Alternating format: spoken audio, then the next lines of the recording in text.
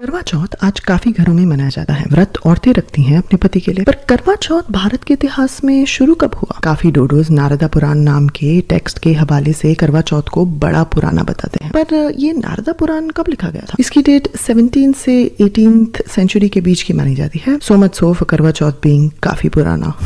In fact historians तो इसके एक प्रॉपर पुराण होने पर भी संदेह जताते हैं। इसीलिए तो इस व्रत के भारत के इतिहास में कहीं और मेंशन नहीं है, ना टेक्स्ट में ना पेंटिंग्स में। ऑल्सो जैसे करवा चौथ के व्रत आज सेलिब्रेट किया जाता है, वो तो नारदा पुराण में भी बताए गए व्रत से हार्डली ही मेल खाता है। जैसे कि यहाँ कोई रूल्स मेंशन नहीं है, जैसे वान पैर पाईना, सुत्तड़ा जगाईना, रुठड़ा मनाईना, और ना ही वीरो कुड़ी का मेंशन है। वीरो कुड़ी की कहानी करवा चौथ को सिर्फ एक फोकलोर ही बनाती है। करवा चौथ के भारत के इतिहास में एक ही रेफरेंस इसीलिए है क्योंकि ये तब एग्जिस्ट ही नहीं करता था। ये एक कस्टम था जो कुछ ही घरों में मनाया जाता था अंग्रेजों के जमाने में, और बॉलीवुड की वजह से काफी पॉपुलर। क्या होता है करवा चौथ के व्रत पे? हमको नहीं पता। बाय। करवा चौथ का यह व्रत अपने पति की लंबी उम्र के लिए रखा जाता है। करवा चौथ किसी की मृत्यु को बचा लेगी। होना कुछ भी नहीं है, लेकिन उसको ऐसा लगता है कि ऐसे करने से शायद उसके पति की लंबी आयु हो जाएगी। कभी गड़बड़ा चौथ आ जाती है, करवा चौथ। और वो आपकी लंबी आयु के लिए व्रत उपवास करती है, भगवान की पूजा करती है। करवा चौथ का जिक्र हमारे किसी इतिहास में, शास्त्र में नहीं है। पुण्यात्माओं, हम इसे उल्टे काम करे थे जिनका कोई सर न पैर, और उस करवा चौथ की कहानी भी कोई कह के सुनाता है किसी अन्य को जो करवा चौथ व्रत रखती हैं बहनें। कहते हैं दोनों की दोनों अगले जन्म में गधी की योनि प्राप्त करें। पर आप मैरिज के बाद करवा चौथ का व्रत रखेंगी? मैंने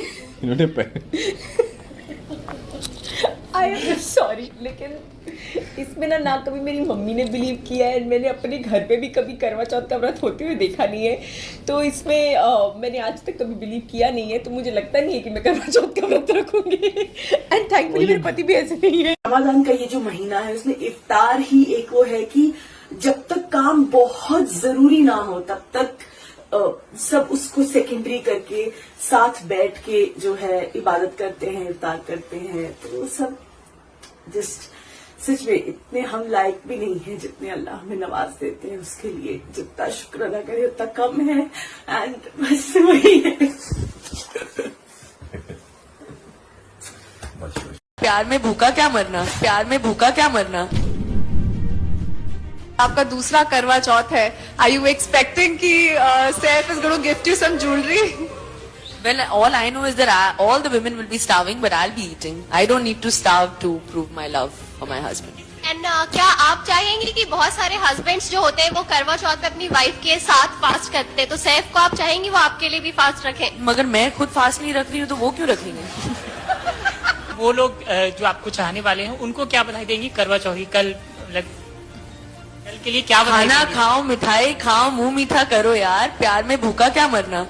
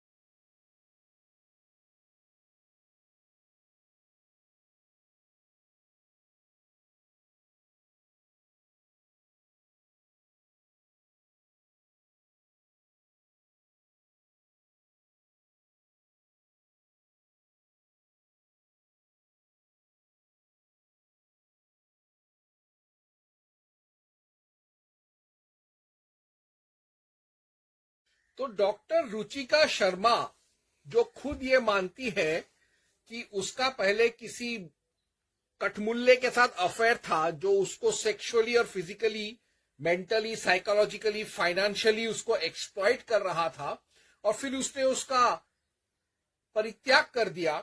ऐसी औरत हमारे हिंदू धर्म शास्त्रों के सबसे पवित्र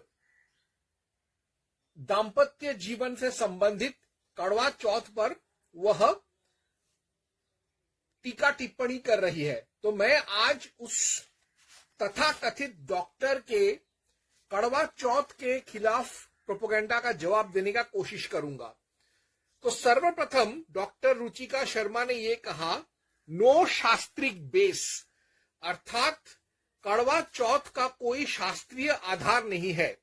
सर्वप्रथम तो बता दूं कि बृहद नारदीय नारद पुराण पूर्व भाग 113.43 to 51 में करक चतुर्थी के नाम से ही कड़वा चौथ का जिक्र है, लेकिन दुर्भाग्यवश यह एक बहुत ही दुर्लभ और बहुत ही कीमती पुराण है जो मेरे पास नहीं है।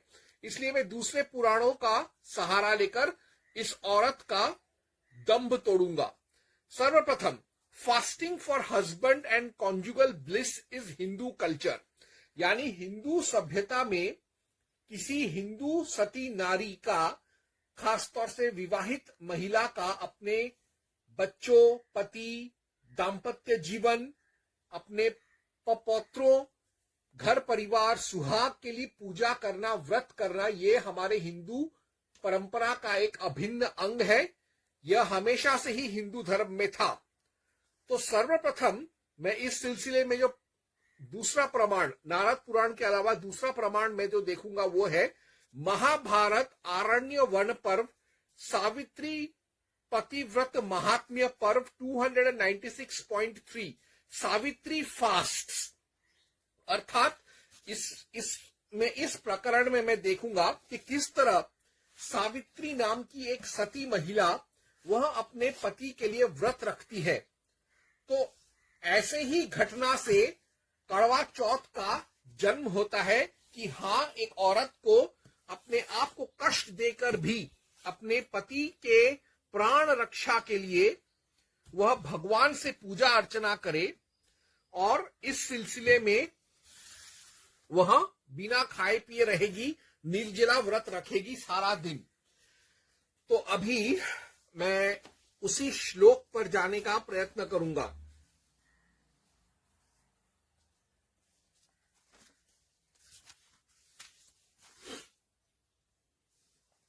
तो मैं पढ़ रहा हूं महाभारत आरण्य वन पर्व, सावित्री पतिव्रता महात्म्य पर्व 296.327।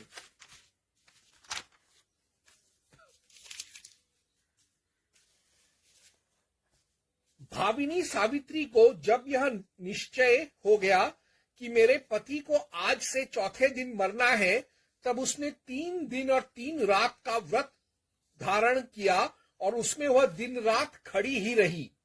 सावित्री जी का यह कठोर नियम सुनकर राजा द्युमत्सेन को बड़ा दुख हुआ। उन्होंने उठकर सावित्री को सांत्वना देते हुए कहा, द्युमत्सेन उवाच, द्युमत्सेन बोले, राजकुमारी, तुमने यह बड़ा कठोर व्रत आरंभ किया है। 3 दिनों तक निराहार रहना तो अत्यंत दुष्कर कार्य है। सावित्री बोली, पिताजी आप चिंता ना करें, मैं इस व्रत को पूर्ण कर लूंगी। दृढ़ निश्चय ही व्रत के निर्वाह में कारण हुआ करता है, सो मैंने भी दृढ़ निश्चय से ही इस व्रत को आरंभ किया है। द्युमत्सेन ने कहा, यह तो मैं तुम्हें किसी तरह नहीं कह सकता कि बेटी तुम व्रत भंग कर दो। मेरे जैसा मनुष्य यही समुचित बात कह सकता है कि तुम व्रत को निर्विघ्न पूर्ण करो। यही सावित्री व्रत का जो कथा है, जिसका कड़वा चौथ से काफी गहरा रिश्ता है, वह भविष्य महापुराण उत्तर पर्व 102.37 to 40, 63 to 92 में भी पाया जाता है। तो अब मैं उसी का एक बार पठन पाठन कर लूंगा।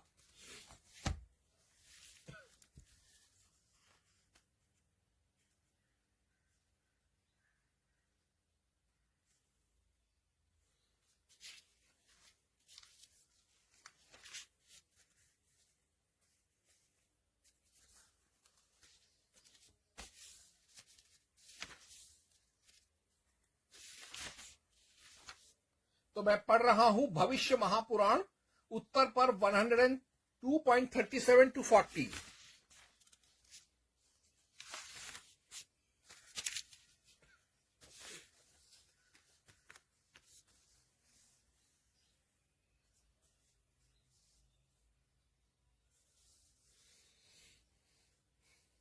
नारद बोले, तुम्हारी कन्या का यदि यही निश्चय है तो इसे पूरा करने में शीघ्रता करो और तुम्हारे द्वारा कन्यादान होने पर इस तुम्हारी पवित्र पुत्री सावित्री का आगे चलकर अमंगल भी नहीं होगा। इतना कहकर नारद जी स्वर्ग चले और राजा ने भी कन्या के विवाह संबंधी सभी कार्यों को शुभ मुहूर्त में अपने पड़ोसी वैदिक ब्राह्मण द्वारा पूरा किया। कृशांगी सावित्री भी मन इच्छित पति को पाकर स्वर्ग प्राप्त पुण्यात्मा की भांति अत्यंत प्रसन्न हुई। भारत इस प्रकार उस आश्रम में दोनों को प्रीतिपूर्वक सुखी जीवन व्यतीत करते हुए कुछ समय बीत गया। नारद की कही हुई बातों का सदैव मन में ध्यान रखकर उसने दिन रात के घोर परिक्रमा से उन दिनों तपस्या भी आरंभ की थी। बहुत दिनों के बीत जाने पर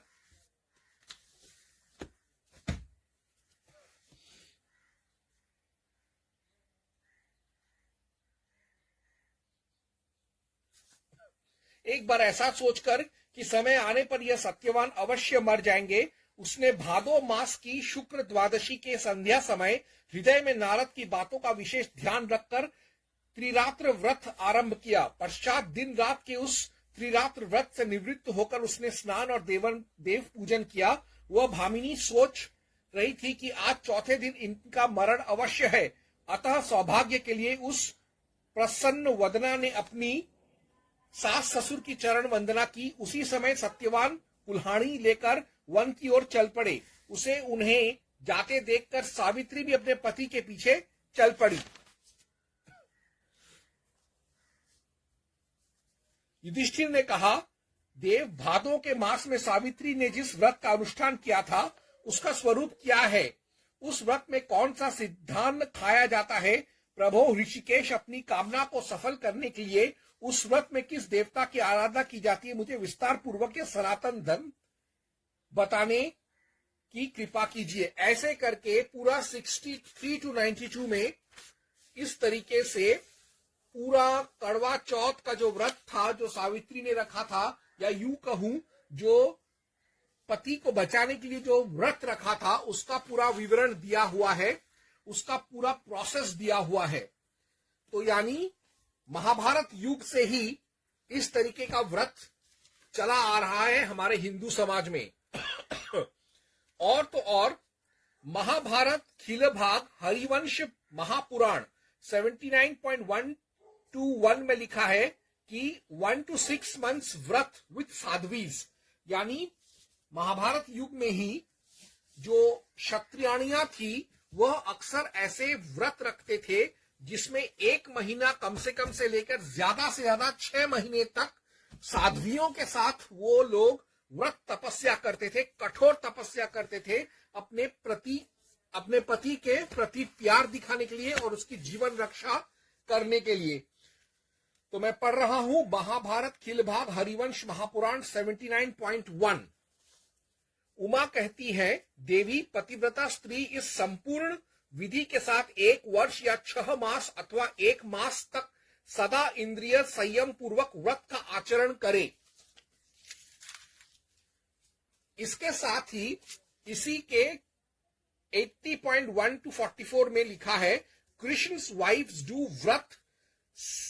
तो कृष्ण की जो पत्नियां थी, उसकी जो प्रमुख 9 पत्नियां और उसकी जो बाकी जो 20,000 पत्नियां थी, उन सब लोगों ने एक साथ नियम पूर्वक कई सारे व्रत तपस्या किए थे। अभी मेरे पास इतना समय नहीं है, वरना यहां पे एक पूरा चैप्टर है महाभारत खिल भाग हरिवंश महापुराण 80.1 to 44। यहां से लेके शुरू होता है 1 2 3 4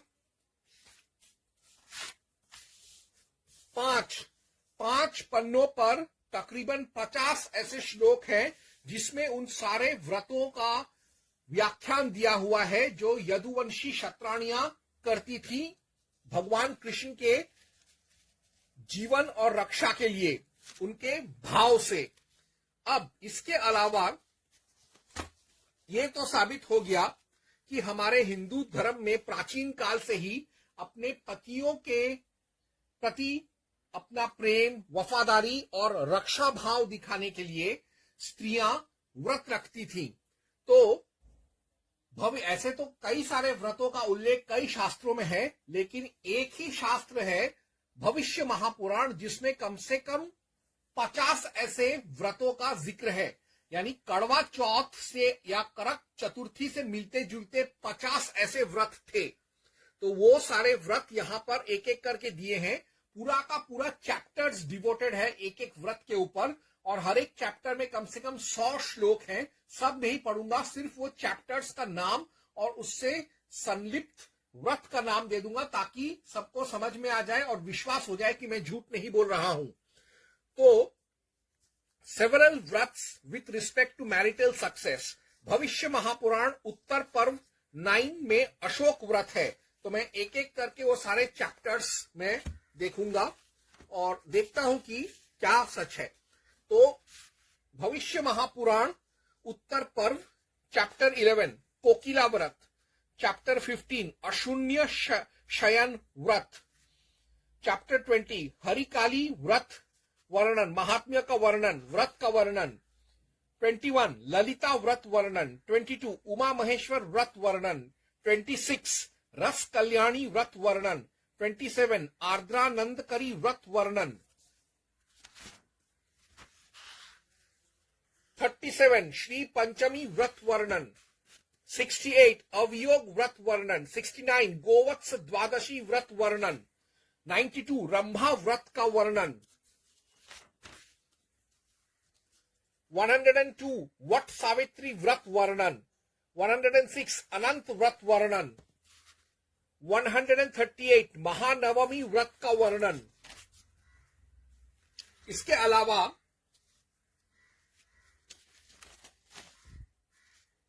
कुछ ऐसे ही व्रतों का जिक्र भविष्य महापुराण ब्राह्म पर्व में भी है, तो मैं उनका भी एक बार फेरिस्त देख लेना उचित समझता हूं।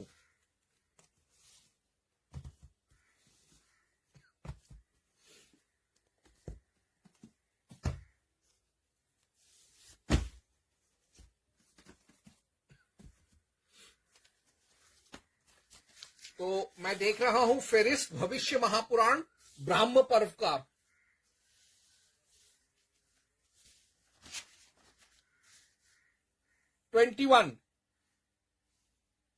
ट्वेंटी अशून्य शयना नामक द्वितीय तिथि का महत्व,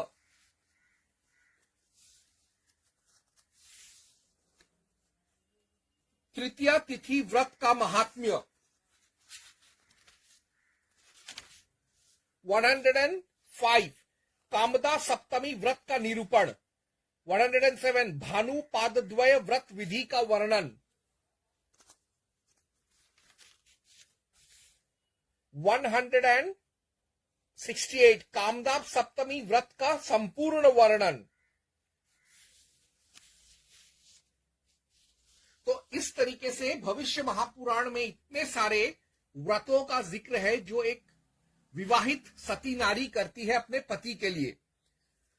तो अब मैं डॉक्टर रुचिका शर्मा के दूसरे इल्जाम की ओर जाऊंगा कि कड़वा चौथ को इन्वेंट किया बॉलीवुड ने और उसको पॉपुलर बनाया। इसको बनाया 1950 में बॉलीवुड ने और हॉलीवुड ने, और इसको पॉपुलर किया DDLJ, दिलवाले दुल्हनिया ले जाएंगे, 3KG यानी कभी खुशी कभी गम, और यशराज फिल्म्स ने, और जय संतोषी माता ने, और कॉलोनियल यानी ब्रिटिश राज के समय से ये षड्यंत्र चलने लगा कड़वा चौथ का बनाने का। तो अब मैंने देख लिया कि बृहद नारदीय, नारद पुराण, शिव पुराण, वामन पुराण, महाभारत में जो कि 1500 बिफोर क्राइस्ट में लिखे गए थे, इनमें जब ब्रिटिश लोगों का कोई अस्तित्व ही नहीं था, जब अंग्रेजी हुकूमत का कोई अस्तित्व ही नहीं था कहीं पर भी, तब से हिंदू लोग कड़वा चौथ, करक चतुर्थी और ऐसे पतिव्रता व्रत का परंपरा चला आ रहा है हिंदू धर्म में। और तो और निर्णय सिंधु कार्तिक मास अध्याय में, जिसे कमलकार भट्ट 1628 में लिखा था, तब से उसमें भी कड़वा चौथ के बारे में जिक्र है। धर्म सिंधु, जिसे 2000 में लिखा काशीनाथ उपाध्याय ने, उसमें भी कड़वा चौथ को बहुत महत्व दिया गया है। और इससे पहले व्रतराज, जो मार्तंड विश्वनाथ शर्मा ने 1740 में लिखा था, यानी 1857 से पहले लिखा था, उसमें भी कड़वा चौथ को बहुत सम्मान दिया गया है। तो इसमें से सबसे प्राचीनतम जो है निर्णय सिंधु, उसका मैं अभी पढ़ रहा हूं, कार्तिक मास। उसमें एक बहुत लंबा चौड़ा पूरा प्रोटोकॉल दिया हुआ है कि किस तरीके से कड़वा चौथ मनाना चाहिए। तो पूरा संपूर्ण अध्याय पढ़ने का समय नहीं है, लेकिन मैं उसको दिखाकर प्रमाणित कर दूंगा कि मैं सत्य बोल रहा हूं। तो ये है निर्णय सिंधु। निर्णय सिंधु, इसका कार्तिक मास अध्याय, उसमें कार्तिक वदी चतुर्थी, करक चतुर्थी ही होती है। यह चंद्रोदय व्यापिनी लेनी चाहिए। दोनों दिन चंद्रोदय व्यापिनी होए तो पहली ग्रहण करनी। तो ये इस तरीके से एक चैप्टर में 1 पेज, 2 पेज, 3 पेज, 4, 5, 6 पेजों में ये पूरा प्रक्रिया दिया हुआ है कि किस तरीके से कड़वा चौथ में क्या रीति रिवाज मानना चाहिए। तो इसी से मैंने साबित कर दिया कि जो ये बोल रही है डॉक्टर रुचिका शर्मा कि कॉलोनियल पीरियड से ही कड़वा चौथ का उद्गम हुआ, ये उसका सफेद झूठ है। अब डॉक्टर रुचिका शर्मा ये कहती है कि पुराण्स ऑफ ओनली 1900 एडी, यानी 1900 में, यानी 1900 में, 19वीं सदी में ही पुराण लिखे गए थे। थूकता हूं मैं इस चुतिया औरत के डॉक्टरेट, पीएचडी डिग्री और रिसर्च और थीसिस के ऊपर। सेज हु, कौन ये कहता है? उसका जैसा औरत ही मानेगी कि पुराण 1900 एडी में लिखे गए थे। Mahabharata speaks of Balram seeing river Saraswati thinning 1500 before Christ. हम सब जानते हैं कि 1500 बिफोर क्राइस्ट में सरस्वती नदी सूखने लगा, धीरे धीरे सूख कर भूमिगत यानी अंडरग्राउंड हो गया और थार डेजर्ट के अंदर घुस गया, नीचे बहने लगी। ये चीज हुआ 1500 बिफोर क्राइस्ट में। और इस प्राकृतिक आपदा का जिक्र महाभारत में दिया गया है कि इस तरीके से बलराम, जब महाभारत कुरुक्षेत्र युद्ध हो रहा था, तो वो तीर्थ में गया पूजा पाठ करने के लिए, तो उसने वहां पे सरस्वती को विलुप्त होते हुए देखा। यानी महाभारत में सरस्वती के विलुप्त होने का जिक्र है। और महाभारत लिखा किसने?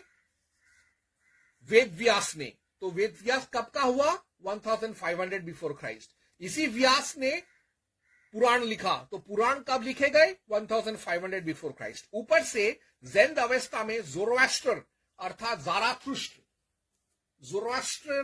जोरोएस्ट्रियनिज्म के प्रवर्तक और वेदव्यास के बीच में वाद विवाद का एक शास्त्रार्थ का एक उल्लेख मिलता है, जो वेदव्यास हार जाते हैं और वाल्खिल्य यानी बैक्ट्रिया से वो आकर भारत में वापस चले आते हैं।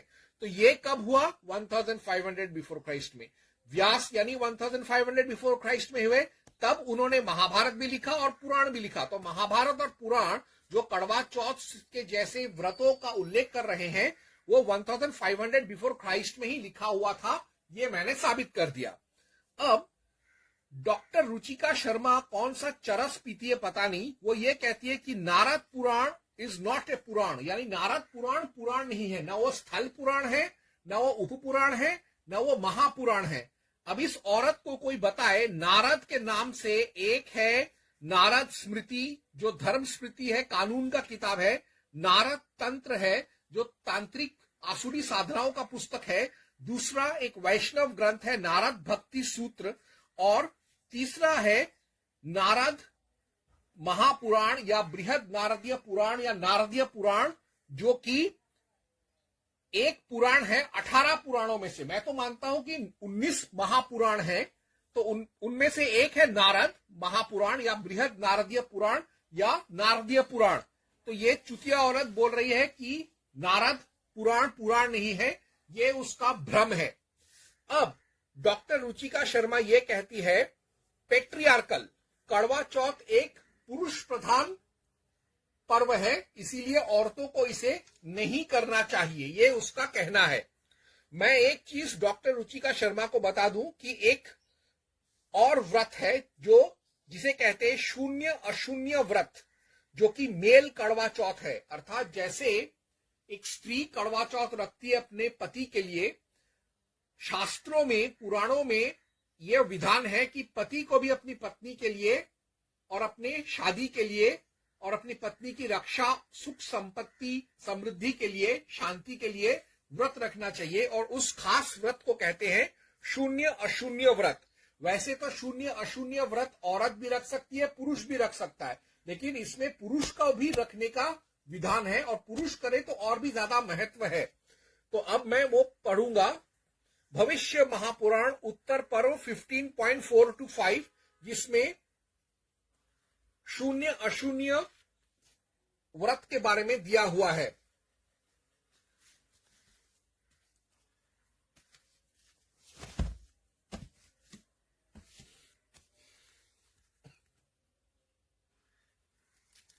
तो मैं पढ़ रहा हूं भविष्य महापुराण 15.4 to 5।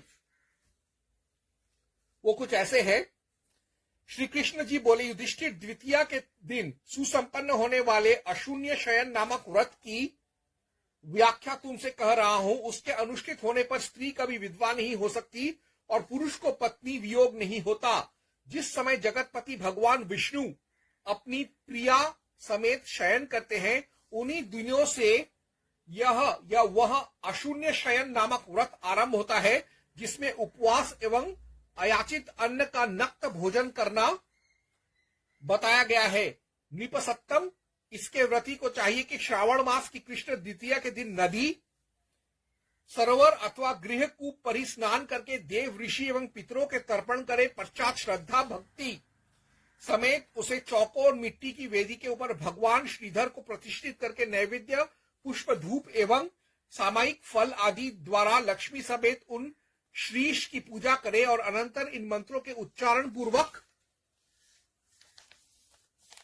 उन जगतपति की आराधना करे। भृगुलता को धारण करने वाले श्रीकांत, श्रीधाम, श्रीपते एवं अव्यय, मेरा यह गार्हस्थ धर्म का, जिसके द्वारा धर्म, अर्थ तथा काम की सफलता होती है, कभी विघटन न हो, उसी प्रकार मेरे अग्नि और देवता का भी नाश न हो तथा दंपति स्त्री पुरुष के भेद से मेरे पितरों का भी।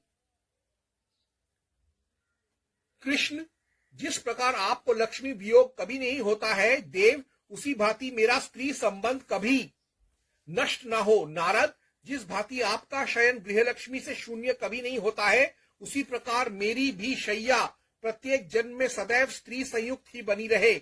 इस प्रकार लक्ष्मी समेत भगवान की प्रार्थना करने के उपरांत चंद्रोदय होने पर पंचगव्य का प्राशन पूर्वक स्नान करके ब्राह्मण को फल समेत यथाशक्ति दक्षिणा प्रदान करना चाहिए।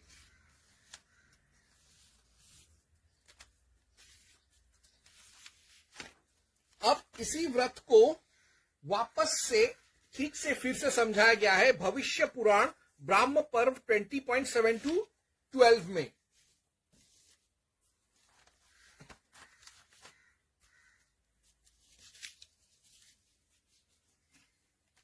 इसमें बताया गया है कि क्या क्या स्पेसिफिक मंत्र पढ़ने चाहिए। ये कहता है भविष्य महापुराण ब्राह्म पर्व 20.7 to 12।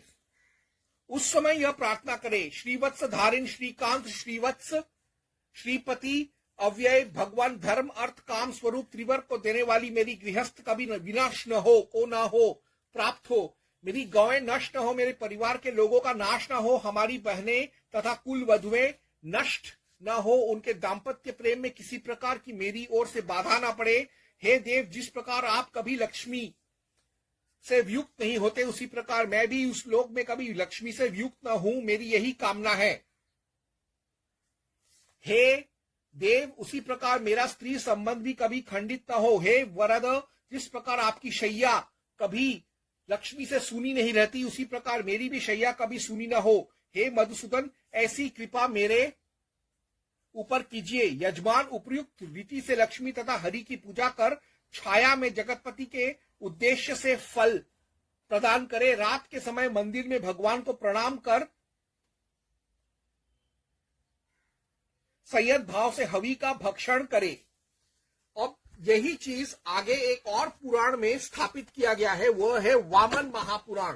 तो अब मैं पढ़ूंगा वामन महापुराण 16.23-29।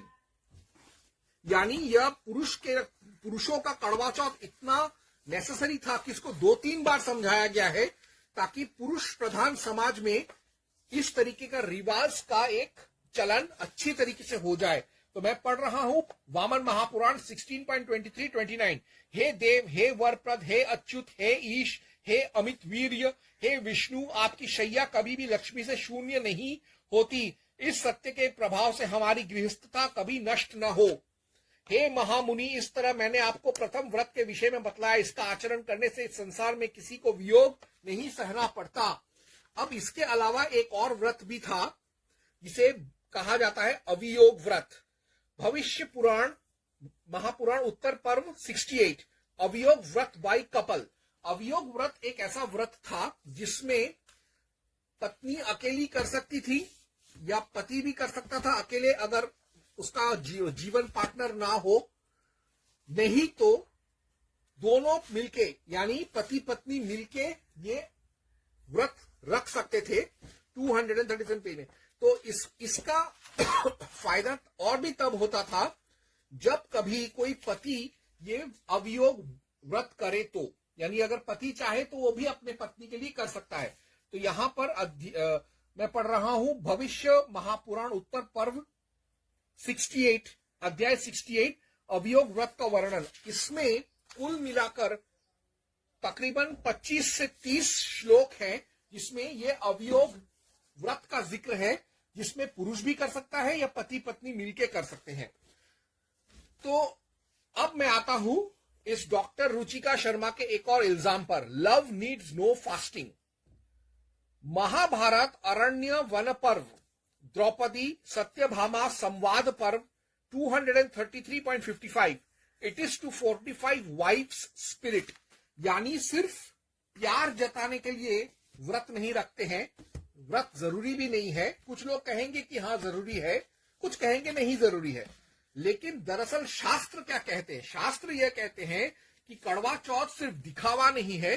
कड़वा चौथ जो है वह एक रिवाज बनाया गया है ताकि स्त्री को शारीरिक, मानसिक और आत्मिक तौर पर, धार्मिक तौर पर उसको और मजबूत किया जा सके, ताकि वह वैवाहिक जीवन के संघर्षों से जूझ सके और उसमें वो विजय प्राप्त कर सके।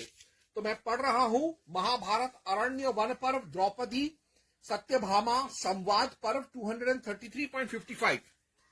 मुझ पर जो भार रखा गया था उसे दुष्ट स्वभाव के स्त्री पुरुष नहीं उठा सकते थे, परंतु मैं सब प्रकार का सुख भोग छोड़कर रात दिन उस दुर्वह भार को वहन करने की चेष्टा किया करती थी। रात हो या दिन मैं सदा भूख प्यास के कष्ट सहन करके निरंतर कुरुकुल रत्न पांडवों की आराधना में लगी रहती थी। इससे मेरे लिए दिन और रात समान हो गए थे। तो ये है एक्चुअल रीजन कि एक औरत को अंदर से और बाहर से मजबूत बनाया जा सके। अब डॉक्टर रुचिका शर्मा कहती है कैनॉट सेव, यानी जरूरी नहीं है कि कड़वा चौथ करने से ही पति बच जाएगा। कड़वा चौथ के बाद भी औरतें विधवाएं होती हैं, उनके पति मरते हैं। और पाश्चात्य जगत में मुसलमान और ईसाई जो हैं और जैसे जापानी वगैरह जैसे बौद्ध हैं, वो लोग तो कड़वा चौथ नहीं मनाते, लेकिन उनका पति तो लंबे साल तक जीते हैं, 1000 साल तक जीते। तो उसका जवाब मिलता है महाभारत अनुशासन पर्व दान धर्म पर्व 146-53 टू सीमेंट वाइफ्स रिजॉल्व। यानी कड़वा चौथ जो है वो एक औरत के जो उसका जो प्रण है कि वो अपने दाम्पत्य जीवन की रक्षा करेगी, जैसे पति करता है उसका रक्षा, उसका भी जिम्मेदारी थोड़ा बहुत होता है। तो उसके अंदर एक विचार पैदा हो कि वक्त आए तो मैं भी अपने पति की रक्षा के लिए कुछ भी करूंगी, कोई भी संघर्ष करूंगी। तो उस विचारधारा को सशक्त बनाने के लिए भी करवा चौथ बनाया गया था। जैसे जब राजपूत लोग युद्ध करने जाते थे तो उनकी पत्नियां व्रत रखती थी, निर्जला व्रत रखती थी कुछ दिनों का, या फिर जब तक वो युद्ध से वापस न आए। और हम सब जानते हैं कि राजपूत औरतें किस तरीके की खूंखार औरतें होती थी जब बात उनके पति, परिवार, देश और धर्म की रक्षा का होता था। यही भाव जगाने के लिए करवा चौथ बनाया गया था, ना कि कोई टाइम पास करने के लिए। तो मैं अभी पढ़ रहा हूं महाभारत अनुशासन पर्व, दान धर्म पर्व 146 to 53।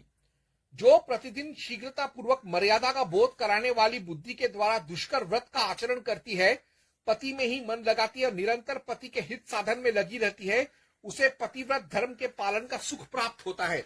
इसके साथ साथ ये जो पहले जो मैंने पढ़ा महाभारत अरण्य वन पर्व, द्रौपदी सत्यभामा संवाद पर्व 233.55, इन दो मंत्रों को, इन दो श्लोकों को पढ़ के मालूम पड़ता है करवा चौथ एक औरत को आत्मिक, बौद्धिक, धार्मिक और शारीरिक रूप से उसको सशक्त बनाने का एक माध्यम था। अब डॉक्टर रुचिका शर्मा कहती है फास्टिंग यूजलेस, यानी ये सब उपवास रखना बेकार है। इस कुतिया को बोलना चाहिए कि लेंट के समय क्रिश्चियन लोगों को जाकर बोले कि उपवास बकवास है, या रमजान के महीने में जिहादियों को जाकर बोले कि रोजा रखना बकवास है, वो नहीं बोलेगी।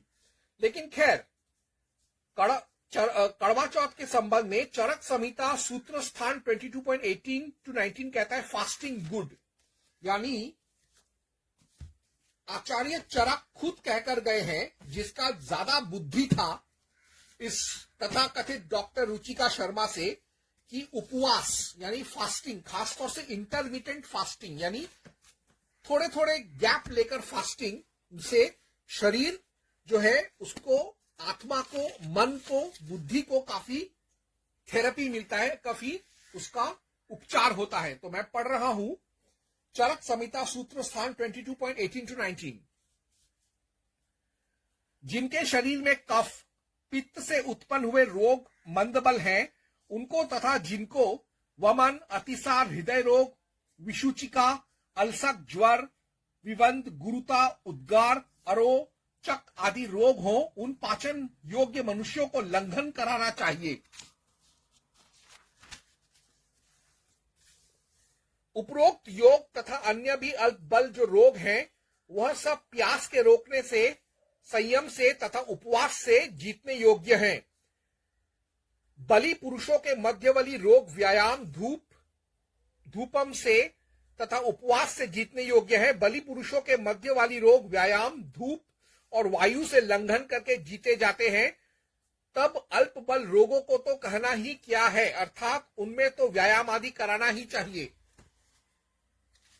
यानी फास्टिंग भी एक तरीके का एक्सरसाइज है डाइजेस्टिव सिस्टम के लिए। खैर, अब डॉक्टर रुचिका कहती है कि लोकल फोकलोर, यानी ये जो औरत है डॉक्टर रुचिका, वो ये कह रही कि यह कड़वा चौथ लोक गीतों, किंवदंतियों का एक पिटारा है। तो मैं ये कहूंगा, सिंस इट वॉज पॉपुलर, ये इतना पॉपुलर था, इतना व्यापक था समाज में, इसीलिए कई सारे लोक कथाओं में इसको सम्मिलित किया गया। हेंस फोक लेजेंड्स मीरी पीरी एडेड। इसी सिलसिले में इसीलिए कड़वा चौथ में मीरी पीरी का कहानी जड़ा गया पंजाब हरियाणा में।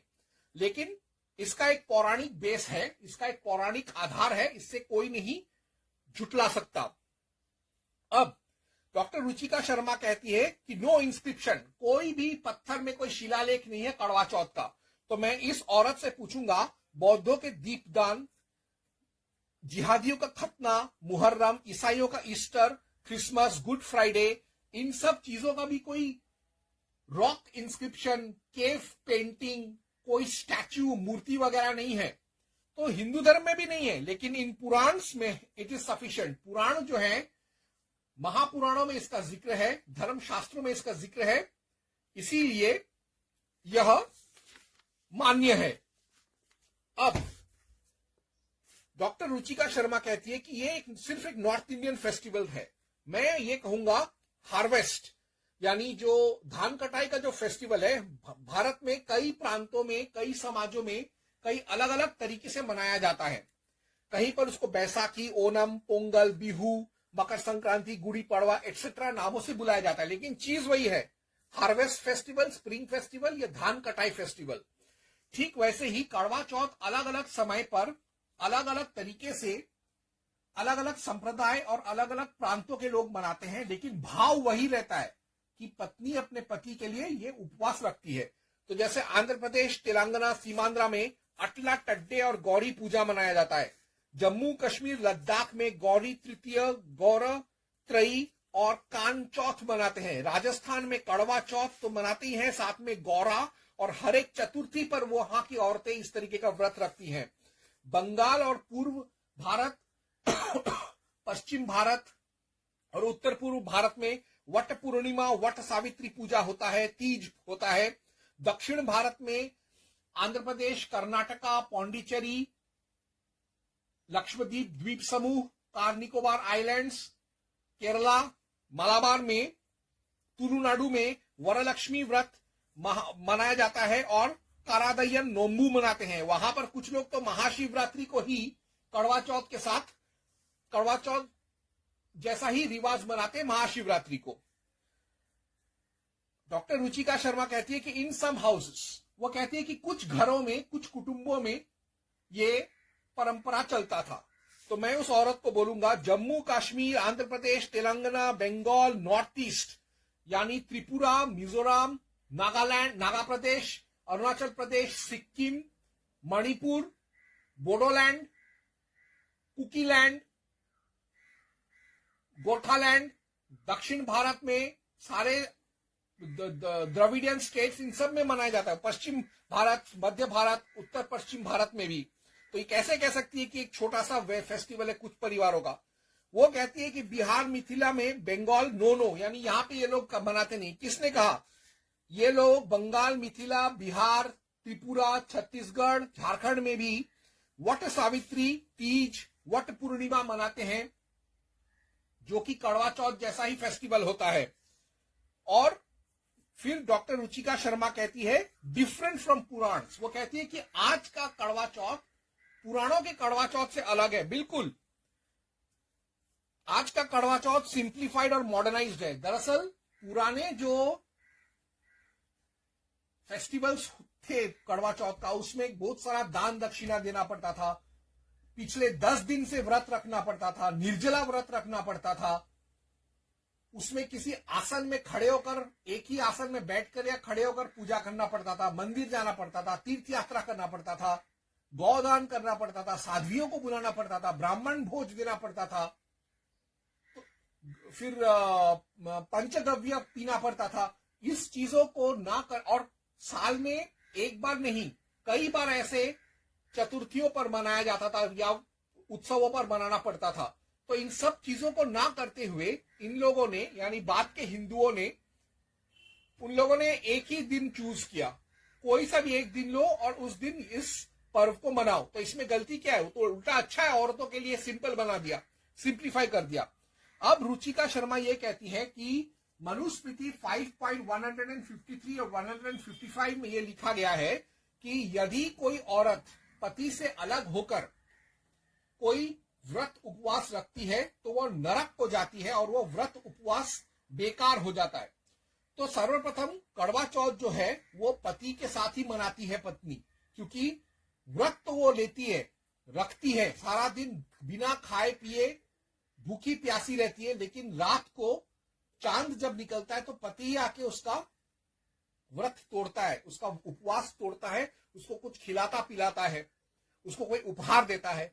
तो घूम फिर के कड़वा चौथ जो है उस दिन पति का एक बहुत इंपॉर्टेंट इन्वॉल्वमेंट होता है। और इसके अलावा आजकल जो जेन जी के लोग हैं, उन लोग जो लड़के लोग भी अपनी पत्नी के साथ व्रत रखते, जो कि घूम फिर कर शून्य अशून्य व्रत और अवियोग व्रत का जैसा ही हुआ। अननोइंगली वो लोग अवियोग व्रत और शून्य अशून्य व्रत ही कर रहे हैं, जो भविष्य महापुराण और वामन पुराण में लिखा हुआ है। तो किसी भी तरीके से यह मनुवाद के खिलाफ नहीं है। मनुवाद के खिलाफ तो रुचिका शर्मा जैसे चटमुल्ला, लंडमुल्ला का समर्थक वामपंथी